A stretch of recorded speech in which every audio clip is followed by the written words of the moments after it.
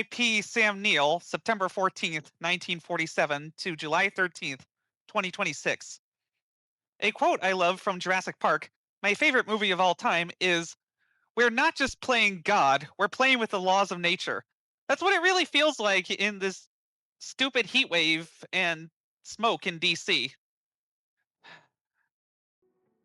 Hello and welcome to History Flights, your monthly-ish tour of contemporary, historical, and fictional politics by me, History Flights Productions, the online home of DC Shepard, a transfem non-binary person investigating systems of power with video games in Washington, D.C. On this, the strangest year to live in America's capital, I'll take a 10,000-foot view of the National Mall in Microsoft Flight Simulator, then Minecraft for a ground-level voxel-based view of the city I've lived in or near for 16 years this August, and finally blow off some steam with the Doom the Dark Ages Revelations DLC. First, a moment of silence as I fly over Austin in memory of Lorenzo Salgado Araujo, and then Biddeford, Maine, for Joan Sebastian Guerrero, who was murdered by David Brouillette, wasn't undocumented, and wasn't even who ICE was looking for. These fucking racist lunatics must face justice!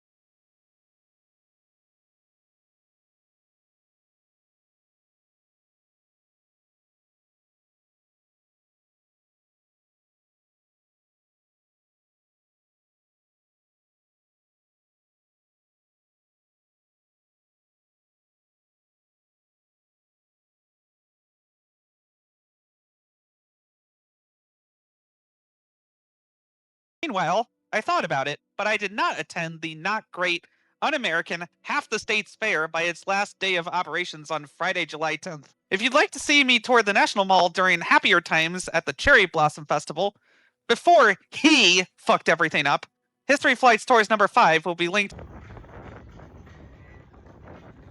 Anyway, a lot of the reason this essay does not include that and was delayed from coming out in early July was because of the massive weeks-long heat domes that Trump keeps denying is a problem.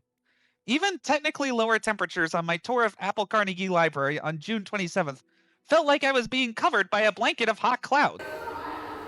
These water fountains are coming in really handy today because it is so humid. I can already feel my back dripping after just 40 minutes of walking. Now he wants to ease the climate crisis by cutting Bear's Ears and Grand Staircase Escalante national monuments by a staggering 90%, renewing the war with Iran, and scrubbing pages talking about clean energy and energy-saving tips from the Department of Energy just because Mom Donnie said it. Even if you were a MAGA sheeple there to worship your gold-sprayed calf, it must have been terrible to try to attend the fair. I can't even imagine showing up, going through Secret Service metal detectors, then being told to evacuate into federal buildings that are closed to the public, only to be brought back in the middle of a lightning storm that totally wasn't an omen of disaster.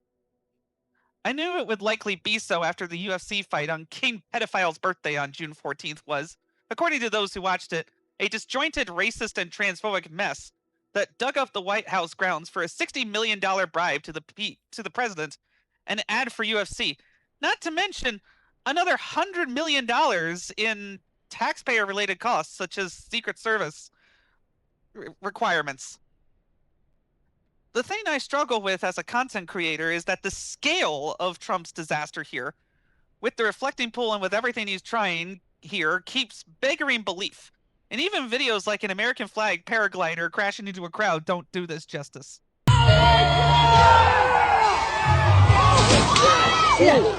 In fact, I plan to demonstrate, even in the wake of his most brazen authoritarian challenge to democracy yet, on Thursday night, that this whole National Mall imbroglio typifies his approach to everything. Move fast, break things, fail to do zero planning, and then taco. That taco, unfortunately, has a lot of tainted lettuce that, of course, the petrified slab of worm-riddled mummy jerky calling himself RFK Jr.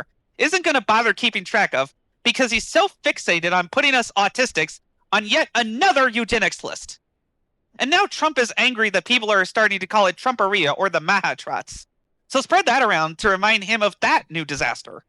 Figuratively, not literally, I hope. It forces him to confront how he's not even a solid piece of shit, but liquid shit. There were also the rabid, masked Confederate cosplayers jamming up the metro. In more positive news, I had my mom over to watch the France-Paraguay World Cup game. Paraguay players played dirty with constant fouls. We also got to see Disclosure Day, which was a fantastic movie about the lengths people can go to cover up secrets, whether knowing the truth is worth the chaos, and who's being honest when appropriating deep truths about ourselves.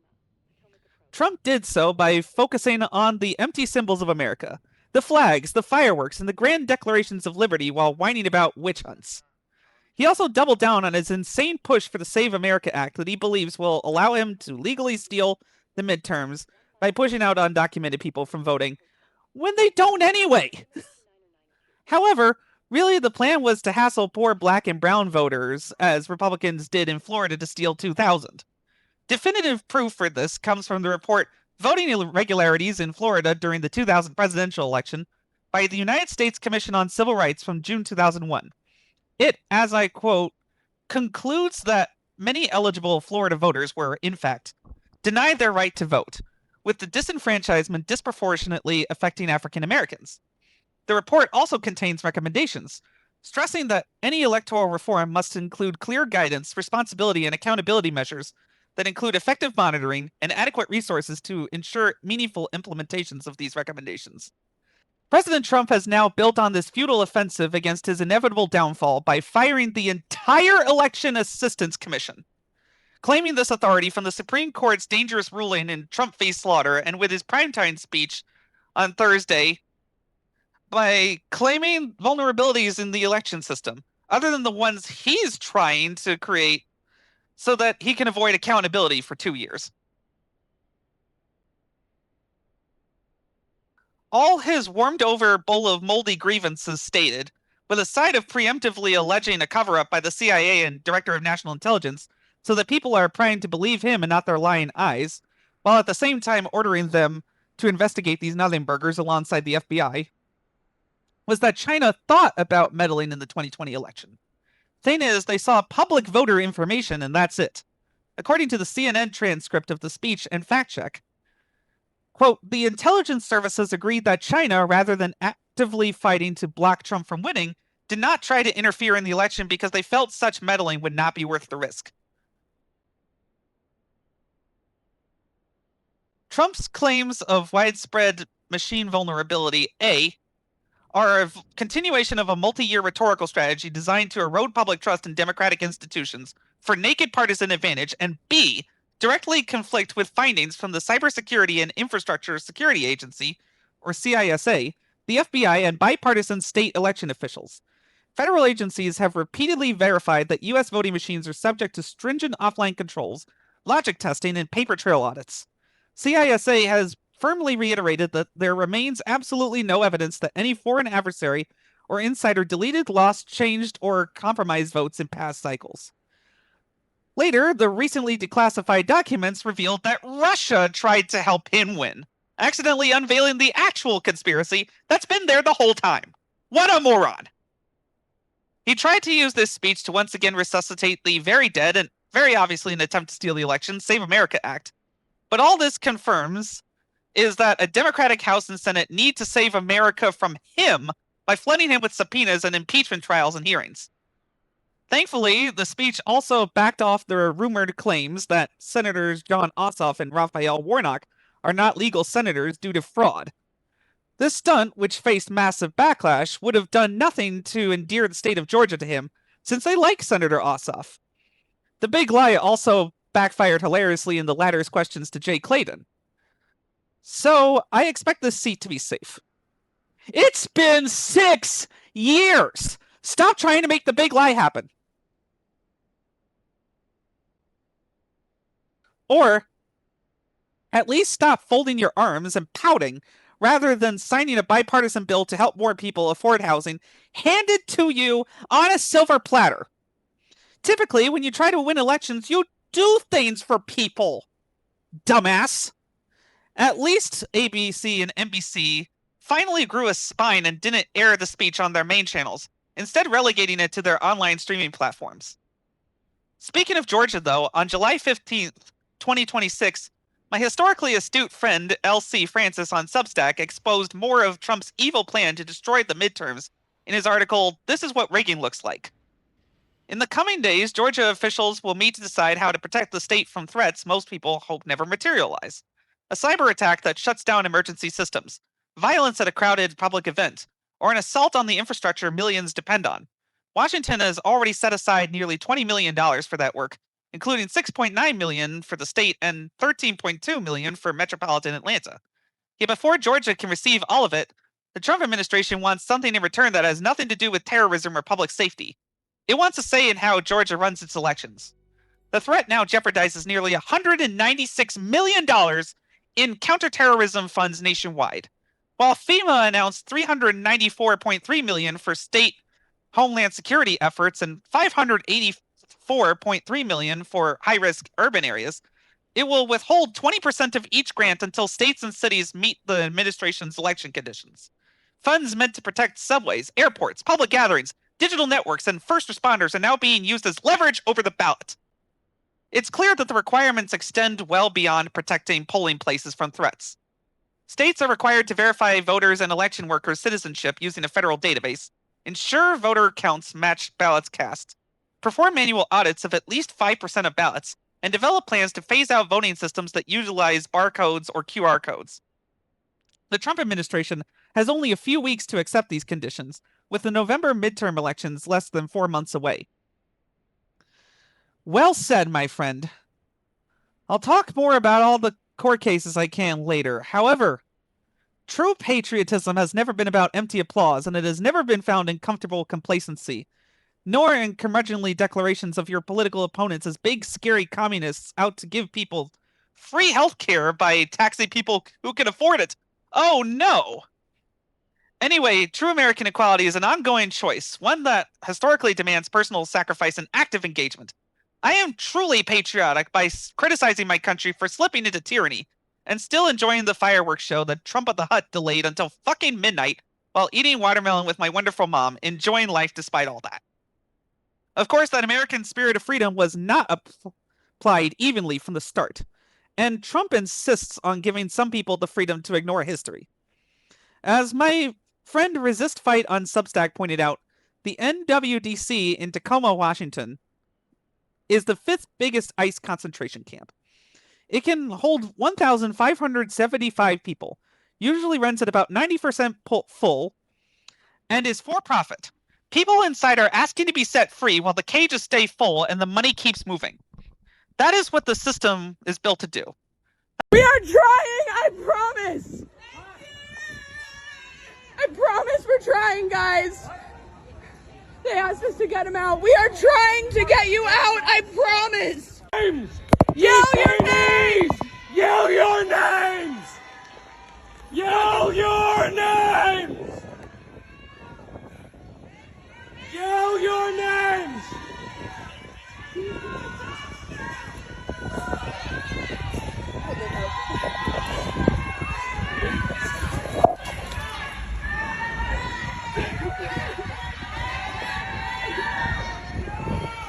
We love you! We are working! I am sorry you're going through this!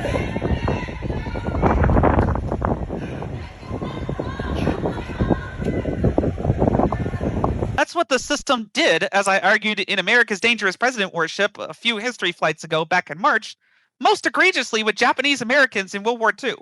Like Resist Fight, I'll keep tapping the concentration camp sign until someone fucking does something about it!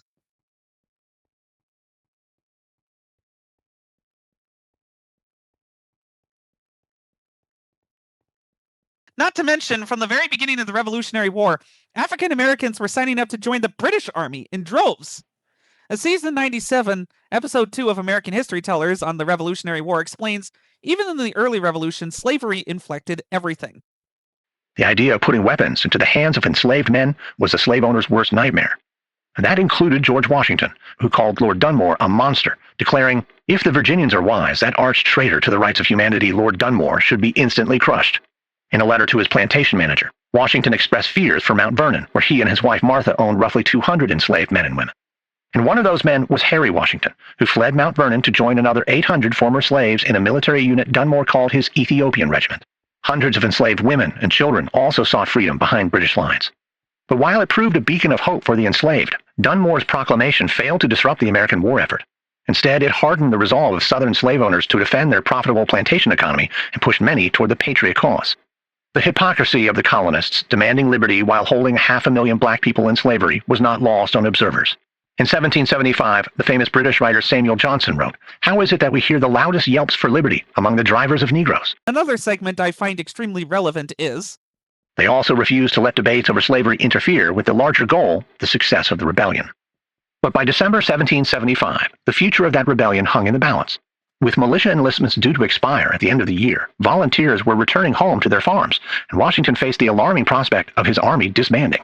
He managed to persuade officials in New Hampshire and Massachusetts to send him another 5,000 militiamen, but the manpower shortage soon forced him to consider an option he once deemed unthinkable, the enlistment of free black men.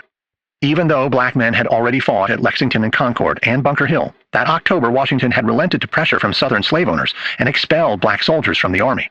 But on December 5th, 14 Army officers petitioned the Massachusetts Assembly to recognize the bravery of Salem Poor, a free black man who, they said, fought at Bunker Hill like an experienced officer as well as an excellent soldier. Whether or not Washington was aware of this appeal, shortly thereafter he wrote Congress, declaring that he understood that black Army veterans were very much dissatisfied at being discarded. Mindful of these protests, desperate for manpower, and aware that enslaved men were joining the British, Washington decided to reverse his earlier policy. And on December 30th, he allowed free black men to enlist in the Continental Army. Salem Poor was one of the roughly 5,000 free black men who would fight with the Patriots over the course of the war. Even amidst dark history, there were people who believed in the promise of American freedom, of all men being created equal, far more than even the framers did. That's why I'm somewhat relieved that the Supreme Court upheld birthright citizenship via the obvious interpretation of the 14th Amendment, as I again explained in America's Dangerous President Worship, because that was the only conclusion that could be reached. However, I'm angry that they didn't deal with this last year instead of deciding to get rid of nationwide injunctions. I'm also concerned that it was a 6-3 vote instead of a unanimous decision, and that Justice Kavanaugh hinted that he only thought it violated a statute, not a constitutional amendment. So that's only 5-4 for a constitutional amendment. What is going on? Well, what Kavanaugh is hinting is that Congress should somehow narrow the definition of subject to the jurisdiction thereof. And like a good little shit stain on the underwear of life, Mike Johnson will try that.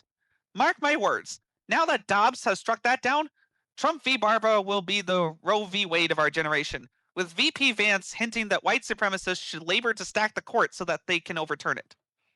If you want to know what the heartbeat of American democracy looks like, though, look not to the politicians, but to the ordinary citizens who step into our courtrooms every single day, and have done so to block most of Trump's vexatious prosecutions, such as of Sandwich Hero. Look, in other words, to the jury box. As the introductory juror video for DC's Superior Court reminded us, in other systems, other countries, the tyrants rule, the rulers rule, but not here. In part because of a right to trial by a jury of one's peers is a foundational pillar of American equality, hard-won through the trials of the Jamestown colony, the fires of the Civil Rights Movement, and the struggles of women's suffrage, among others. When a citizen answers a summons, balances their civic obligation against personal inconvenience, and sits as a trier of fact, they are keeping a vital part of the Republic alive.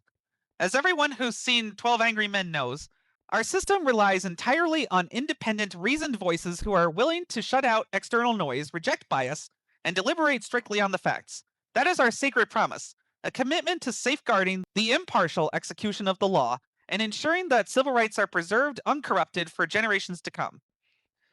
After being mailed a jury duty notice from New York back in 2020 when I didn't live there for years, Then summoned and excused from jury duty in December 2022 when I lived in Maryland, I got to do my civic duty once again at DC Superior Court on Monday, June 22nd, 2026. Though, as my co-host and I agreed when I discussed that with him on Sunny Redemption Sailing, your bi-weekly-ish voyage for BS3 Gaming News, it's a little easier to be excited about that when you're a total constitutional nerd like me, who also gets court leave because you work in the government and don't have to take PTO like Kevin would, busting his butt at a local hospital. I can't talk about anything related to the case we would have heard, obviously, but that day was basically like a series of DMV lines. My number got called a few times, I answered the judge's questions, while noisemakers blocked anyone else from hearing my answers, and then was dismissed. I can get why that would feel hellish, especially since I forgot headphones and had to listen to that introduction video on repeat.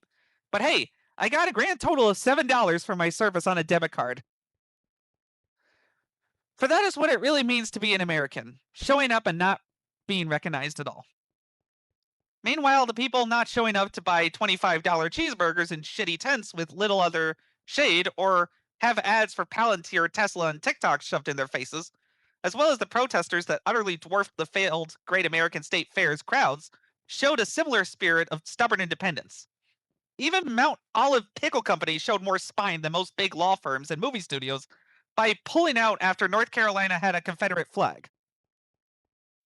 Yet, as we celebrate these principles this month, wherever they triumph in America, we must again confront that harsh reality that a powerful, insidious cult of Christian white supremacism has been attempted to strip away the very architecture of our freedom since the Reagan administration, as I covered in extensive detail in America's Dangerous President Worship. When James Madison introduced the Bill of Rights in 1789, he faced an existential dilemma. Critics warned that listing specific freedoms would give a future tyrannical government an excuse to claim that any right left off the page could be overridden. To defeat that exact argument, Madison wrote one clear, unyielding sentence. The Ninth Amendment declares that the enumeration of certain rights shall not be construed to deny or disparage others retained by the people. The text is plain. The written Constitution sets a minimum baseline for our liberty, not a maximum. The unwritten, unenumerated rights, such as your right to marry the person you love, to choose your own doctor, to make your own medical decisions regarding your body, and to not be executed in the street by your government, belong inherently to you. As of late, though, the Supreme Court has flipped that premise upside down. By replacing a natural rights framework with a backward-looking history and tradition test, the judiciary is trying to lock our modern freedoms into the restrictions of the 19th century, a time when women, Black Americans, and LGBTQ+ citizens held no power to shape the laws. This isn't originalism. Potentially upsetting more than a century of judicial gains for equal protection is a direct assault on the presumption of liberty. It serves as an explicit blueprint to reconsider and dismantle landmark precedents protecting the right to contraception, private intimacy, and marriage equality. We are not asking the Constitution to mean something new. We are demanding that it honor the commitment it made in 1791. This erosion is not a theoretical debate for law school seminars, but a coordinated campaign by the Supreme Court to aggrandize power to itself. We tolerated it when it was expanding rights, but now the court has basically decided that it's the House of Lords that can order around the other branches. We see it in the aggressive 11th hour attempts by federal actors to inject chaos into our electoral system, rewriting voting rules, restricting mail-in ballots, and attempting to strip primary election authority away from states in direct defiance of the Constitution as well. These shifting volatile policies that the Supreme Court rubber stamps are explicitly designed to create uncertainty and confuse young and first-time voters. When federal courts, at the lower level, where people are still sane, are forced to step in to protect database records and protect citizens from having their registrations wrongfully revoked, the judges themselves have warned that the government is knowingly trampling on the sacred right to vote. The degradation does not stop at the ballot box. It extends to administrative maneuvers designed to scale back hard-won civil rights protections for disabled Americans. It extends to an escalating judicial assault on transgender rights and individual autonomy, which acts as a litmus test for the core freedoms of every American citizen. We see this institutional rot when the judiciary expands legal definitions to shield executive misconduct, turning mandatory statutory commands passed by Congress into optional suggestions. Under this extreme logic, a government official could openly admit to flipping a coin to decide a community's fate, and injured citizens would be left with no judicial recourse. Most alarmingly, we see it in the rewriting of our equal protection standards. The law has long held that discrimination does not need to be the sole factor to render a government action unconstitutional. It only needs to be a motivating factor. This is what's known as disparate impact. Yet, today, the court treats broad race-neutral policy goals as a complete defense for explicitly discriminatory motives. They permit overtly hostile, xenophobic rhetoric from the highest offices of power to be swept aside as mere heated language because it's being applied to Haitians and Syrians. When Donald Trump baselessly accuses immigrant communities of carrying disease, of eating the cats and eating the dogs, of poisoning the blood of our nation, or of hailing from shithole countries while taking in large amounts of white refugees from South Africa, these are textbook anti-black racial stereotypes designed to dehumanize. But that pass mainstream notice because they're only dog whistles rather than dog barks. And when the Supreme Court suggests that immigration status means a person has no equal protection rights against federal discrimination as long as the administration can block you from entering the country at all, they threaten the core of the Fifth Amendment, which explicitly guarantees that all persons within our borders are protected from government tyranny. We are told by President Trump that our nation is achieving a golden age, but the only ones who have enjoyed that are him and his corporate cronies to the tune of billions of dollars in his own financial disclosures. We cannot feed a nation on one man's vanity. While the machinery of the state focuses on top-down control, the physical symbols of our democracy, the very places meant to unite us, are being left to rot. You do not have to look far to see the physical reality of this institutional neglect. Walk down to the National Mall when it's not 90 fucking degrees out and 133 AQI, or watch my tour. The Lincoln Memorial Reflecting Pool, a mirror built to reflect our highest ideals and the towering legacy of civil rights that only had some pollen and trash when I visited on March 28th, is choked by severe algae blooms that they have killed ducks trying to contain. Having such green, stagnant water stands as a silent, literal metaphor for a democracy left unmaintained and paralyzed by a lack of stewardship in competitive authoritarianism. On this, too, they're trying to use their own failures to grab power by arresting an Olympian cyclist for touching water and picking up loose debris while making up easily debunked stories of fucking pool-hating ninjas slicing off the lining at night. The fact that they literally ran over the lining, their own project with several armored SUVs, makes this most ironic. But the rot runs deeper than the water. The true tragedy is that specialized scientists who have spent their entire professional lives studying these ecological systems are now terrified to speak publicly or offer solutions. They are silenced not by a lack of knowledge, but by a pervasive culture of fear, deeply afraid of facing immediate administrative or political retaliation just for stating scientific facts. We see this same administrative failure across our capital. The highly anticipated Great American State Fair, envisioned as a massive celebration of our shared heritage, sat indefinitely on hold, leaving empty spaces where a celebration of community should have been, with the Smithsonian Folklife Festival that was forced to go on the road. Even our cultural sanctuaries like the Kennedy Center have been swept into this volatile climate of shifting rules and threatened funding. To those who tut from their keyboard dens, people cannot always be outspoken, but if everyone decides to retreat into safe spaces out of sheer battle fatigue, fear of public ostracization, or career ruin, democracy begins to die. The First Amendment cannot protect us if we are too terrified to use our voices. We must reject the dangerous illusion that keeping our heads down will save us. Defending human rights and the rule of law is a duty that belongs to all of us, and it requires breaking the stigma of silence. The nightmare scenario for me, though, is Johnson refusing to swear in the House if Democrats win, just like he did to Adelita Grijalva. What do we do at that point? I originally wrote this for America's Dangerous President worship, but I didn't want to say it because I was scared. But I am not advocating for anything.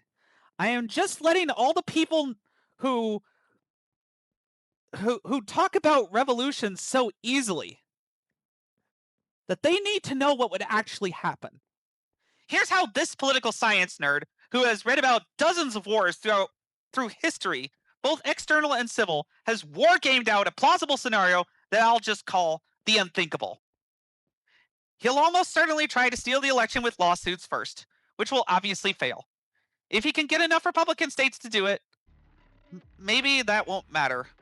But if the Democratic margin in both houses is significant enough despite that, He may try to do a January 8th in 2027, using a MAGA mob again, or if he manages to create those, killer AI drones that try to murder Congress and the Vice President a second time, or massacre a large March on Washington-style million-person protest. If this does not lead to massive nationwide protests, general strikes, military intervention from NATO, or large chunks of the military breaking away, opposing state National Guards would be crushed in under a month. But an insurgency could drag on for years if either of those things happen, because no one is stupid enough to use nukes under mutually assured destruction. While the regime supports stochastic terrorism against liberal cities with blanket pardons. The UN collapses into paralysis if it hasn't folded already due to lack of funding. Whatever happens, it turns into an Iraq, Vietnam-style 10 to 20 year imperial quagmire times 1,000 due to America's dense cities' varied geography and strong local identities. Hundreds, if not thousands, of organized militias hit critical infrastructure and figures such as data centers, highways, where 3/4 of food is shipped, leading to hoarding and empty shelves in grocery stores nationwide in 2 weeks, and food riots mere weeks after that. Military bases and key regime politicians. Keep in mind that it took 20 years to fail to pacify Afghanistan, a country 15 times smaller than the United States with far less political organization and varied biomes and cultures, so I'm being generous with my estimate here. Appalachia alone would be hell. These are the same incompetent idiots who let their planes get hit by Kuwaiti friendly fire and have no game plan for the Iran war that they've won 9,000 times. So they probably get beset with operational difficulties that make that even more difficult. Speaking of which, it would be open season on American military positions abroad as forces are withdrawn back home, defect to the side of countries allying with a Democratic Congress in exile, perhaps in a Civil War-style National Union Party with non-traitorous Republicans, or are attacked by opportunistic terrorist groups and state actors, such as Iran if Trump doesn't war crime their infrastructure. Completely. If he hasn't died in his half-finished bunker by then, surrounded by foes and beset by eternal strife, Trump flees with his Qatari plane to exile in Russia like Syrian President Bashar al-Assad did, to direct terrorist campaigns and assassinations against political opponents who try to rebuild some semblance of a United States for years. Meanwhile, counter-espionage by NATO and Ukraine leads to civil war in Russia between various warlords, potentially ending in limited nuclear exchanges and more aerosols and radiation than anyone would like. The yuan and euro compete as the world's reserve currency while the dollar becomes worthless, with China at times rivaling and cooperating with the European Union as the latter absorbs the majority of Americans fleeing for a better life.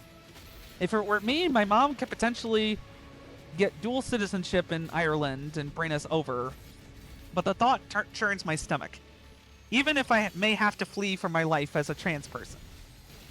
Central and South America, large swathes of the Middle East and Africa, and India also stand to benefit from American refugees if their infrastructures can adapt fast enough to attract and absorb them. And many nations within those areas, such as Brazil and South Africa, through pre-existing BRICS ties, become regional juggernauts. This becomes especially true as the Amazon turns into grassland and the world tips to 3 degrees of global temperature increase above the pre-industrial mean by mid-century, pushed by all the extra emissions from a prolonged war and the chaos limiting cooperation between governments.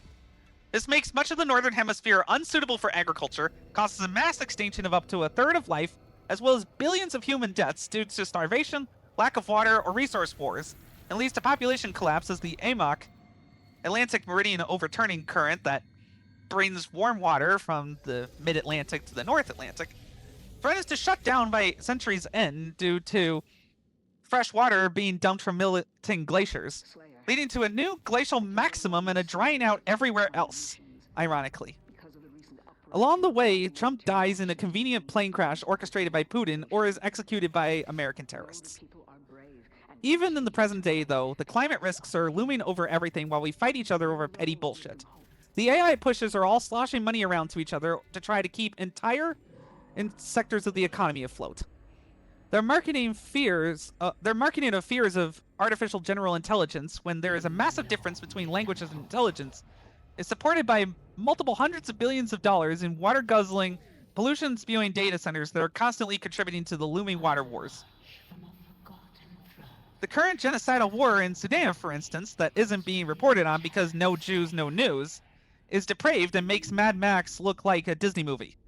Rich countries will survive, and it'll be the billion people without consistent access to clean water who suffer, while the rich get obscenely richer from their bunkers via disaster capitalism. Again, 2.7 degrees of climate change from 1800 is likely at this point, tipping to 3.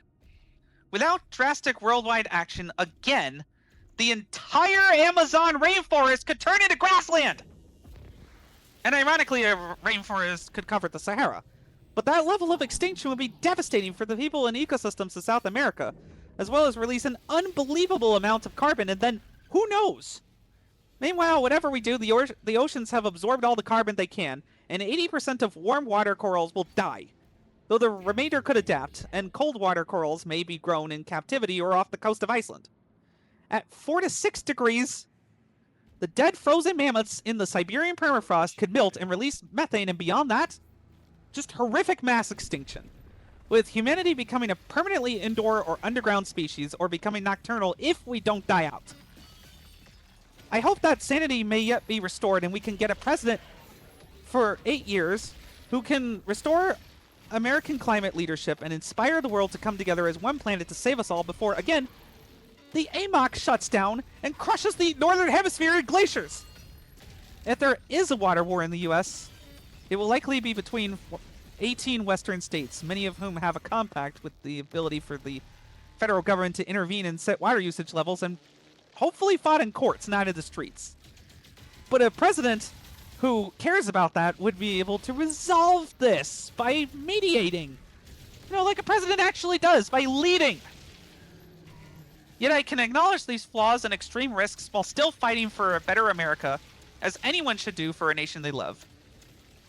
In essays like America's Abnormal Violence, A Prayer of Curse Against America, and Western word games, the rabid anti-American cultist Wahid Azal, having already gotten an American education at UCLA in New Mexico from his nepotistic family that employed him as a rent-collecting thug, and became an unemployable tick on Australia's asshole, abandons any semblance of legitimate state or institutional critique. Instead, he reveals a pathological obsession with a clash of civilizations mentality and violent annihilation of his political opponents that should get him psychiatrically committed, in my opinion.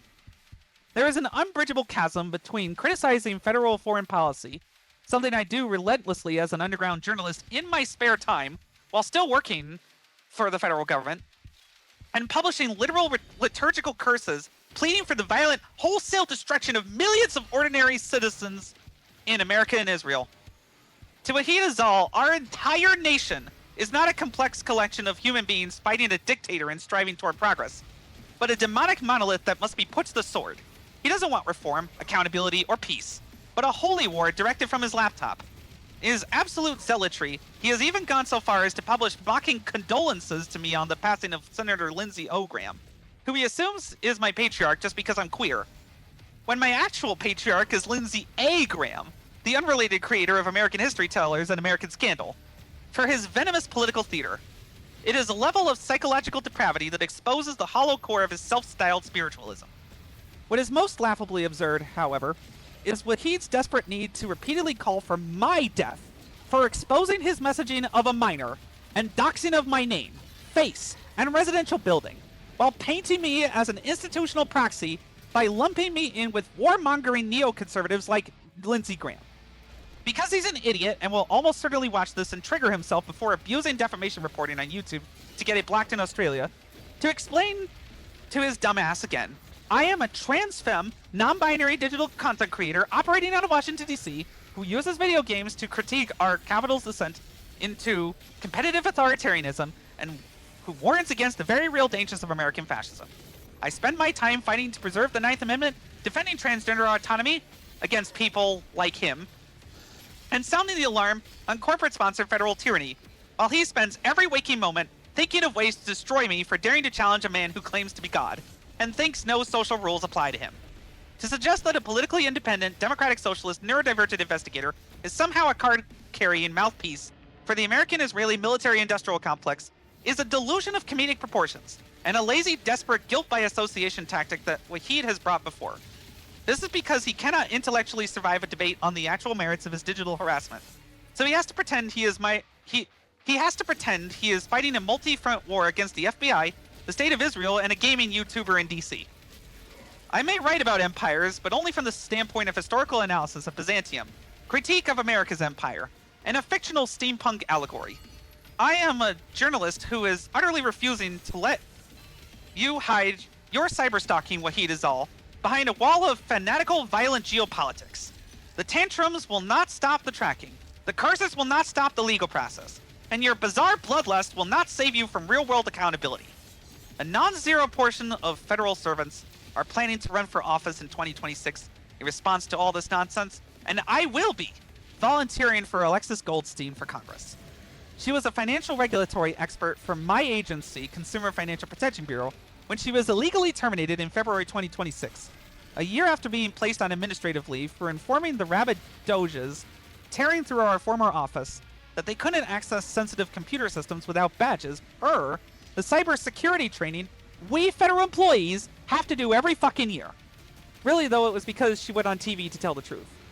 Per her Wikipedia article, Goldstein is on the left and has frequently criticized the excesses of Wall Street, and also insufficient action from Democrats on issues such as standing up to President Donald Trump and inequality, saying housing and education are issues of inequality that have solutions, not just stump speech lines or YouTube-ready complaints. And if Democrats have any hope left in the midterms, they cannot be this shamefully muted on bold progressive policies that would dramatically improve the lives of voters who just happen to hold the keys to a majority of the United States Senate. She has called for the overturning of Citizens United via FEC. She and others like her certainly have the technical expertise. Many of them are veterans who served their country honorably, and they are able to represent Americans in nonpartisan ways because that's exactly what they did, every day, even as goons like Russell Vogt tried to get rid of them. And Trump will be buried in the midterms by people like them, people who put country over party, solutions for the next generation over idiocracy, hiring public servants over wild doges and muskrats. My fellow Americans, despite its defects such as being so brief the framers didn't even settle the question of presidential removal power in the famous decision of 1789 debate in the first session of the first House of Representatives ever, the architects of our Constitution anticipated this exact moment. They knew that centralized power would eventually try to swallow individual liberties.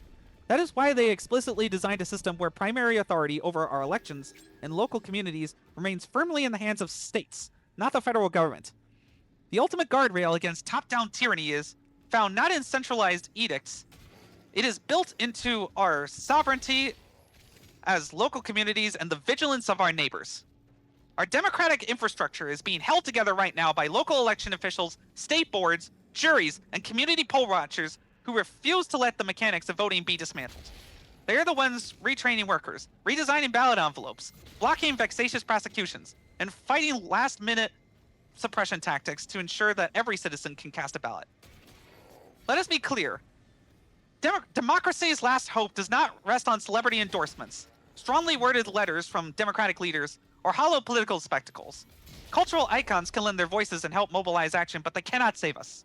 The true defense against authoritarian overreach belongs exclusively to individual citizens. The ultimate power check in this country is the ballot box and the jury box.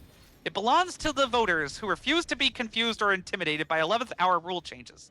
It belongs to the people who recognize that a president who commits a crime must answer for it the exact same way any ordinary resident would. As our nation marches toward historic milestones and prepares to write the history of its next 250 years, let us remember that America is not a completed monument. It is an active, ongoing experiment.